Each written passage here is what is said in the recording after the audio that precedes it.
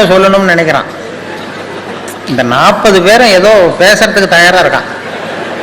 ஆனா வாயை திறக்க முடியல. கண்ணு செவந்திருக்கு, வாய் பலூன் மாதிரி உப்பிருக்கு. மாதிரி சகிப்புத்தன்மைங்கிறது ரொம்ப அவசியம். இது மாதிரி நேரத்தில் சகிப்புத்தன்மையை நாம் வளர்த்துக்கலாம். நல்ல பண்புகளை வளர்க்குறதுக்கு இது மாதிரி சந்தர்ப்பத்தை பயன்படுத்திக்கணும்.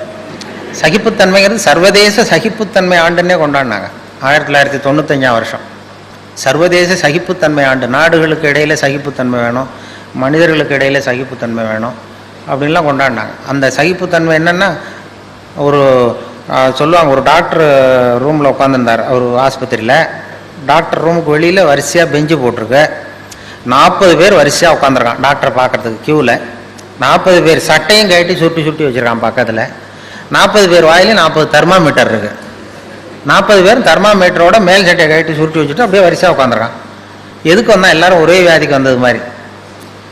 அந்த தெருவில் ஒருத்தர் காலண்டர் மாட்டுறதுக்கு ஆணி அடிச்சிருக்காரு, விரல் நசுக்கி போச்சு. உடனே நம்ம தெரு டாக்டர் தானேன்னு வந்து, டாக்டர் இதில் கொஞ்சம் விரல் ஏதாவது வச்சு விடுங்க அப்படின்னு சிஸ்டர்னு அந்த நர்ஸிட்ட கேட்டிருக்கான். அதெல்லாம் முடியாது, நீ 41வது ஆளாக உட்கார்.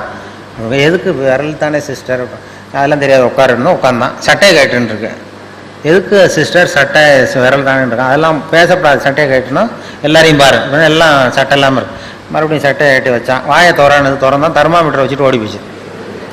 இவன் தெர்மாமீட்டரை வச்சுட்டு யோசிக்கிறான், எதுக்கு தெர்மாமீட்டர் வச்சு பார்க்குறாங்க, இவங்க விரல்லாம் இதே கேஸா அப்படின்னு எட்டி பார்க்குறான். அவன் விரல்லாம் நல்லா இருக்கு. சரி, எதுக்குடா வந்தேன்னு கேட்கணும்னா வாயை திறக்க முடியல. அவனும் ஏதோ சொல்லணும்னு நினைக்கிறான். இந்த 40 பேரும் ஏதோ பேசுறதுக்கு தயாராக இருக்கான். ஆனால் வாயை திறக்க முடியல. கண்ணு செவந்திருக்கு, வாய் பலூன் மாதிரி உப்பிருக்கு. சகிச்சுட்டு உட்காந்துருக்கான். ஒரு 15 நிமிஷம் கழித்து அந்த அம்மா நர்ஸு ஓடி வந்து ஒரு தெர்மாமீட்டராக எடுத்து அந்த தெர்மாமீட்டருக்கு டெம்பரேச்சர்லாம் குறித்து டாக்டர் ரூமுக்கு ஓடி போச்சு. அதுக்கப்புறம் இவன் பேச ஆரம்பித்தான். 41வது ஆள் விரல் நசுக்கிட்டு வந்தானே.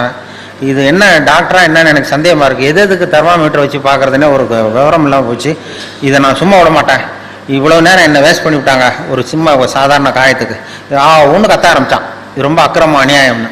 அப்போ இதுக்கு முந்தின ஆள் இருக்கானே 40வது ஆள், அவன் அட்வைஸ் பண்ணுறான், இதை பாருப்பா, இது சர்வதேச சகிப்புத்தன்மை ஆண்டு. சகிப்புத்தன்மை இது மாதிரி இடத்துல தான் நாம் வளர்த்துக்கணும். இப்போ என்ன தெர்மாமீட்டர் வச்சு பார்த்துக்கா இப்படிலாம் வந்து துள்ளுறான் அனாவசியமாக, அதிக பிரசித்தனமாக அப்படி துள்ளாத, கொஞ்ச நேரம் மரியாதையாக வாழை சுட்டிட்டு உட்கார் அப்படின்றான். அப்படி சொன்னதும் அவனுக்கு இன்னும் கோவம் வந்துட்டுது. வாழை சுட்டிட்டு உட்காடுறான்னு சொன்னதும் 41 இன்னும் கோவம் வந்துட்டுது. எனக்கு இவ்வளோ புத்தி சொல்றியடா, நீ எதுக்கடா வந்தேன்னு கேட்டான். நான் தபால் கொடுக்க வந்தவையா?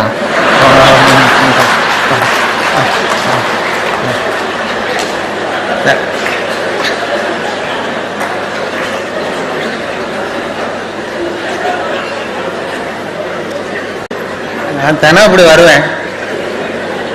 சட்டை கேட்டு சொல்லுவாங்க, கேட்டு வைப்பேன். தெர்மாமீட்டர் வச்சு பார்ப்பாங்க. எடுத்ததுக்கப்புறம் நம்ம பாட்டு எடுத்து நம்ம தெர்மாமீட்டர் ஏன் தபாலை கொடுத்துட்டு நம்ம பாட்டு சட்டை மாட்டு போகிறேன்.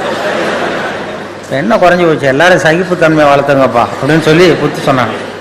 அது மாதிரி இது மாதிரி சந்தர்ப்பத்தில் உங்களுடைய சகிப்புத்தன்மை வளர்த்துக்கிறதுக்கும் ஒரு சந்தர்ப்பம் இருக்கும். அதாவது பேசுறதுல விஷயம் இல்லைன்னா கூட இப்படி மறைமுகமான சில பலன்கள் அதில் உண்டு. அந்த இது அது மாதிரி பலன்களாவது உங்களுக்கு கிடைச்சிருக்கும் நம்ப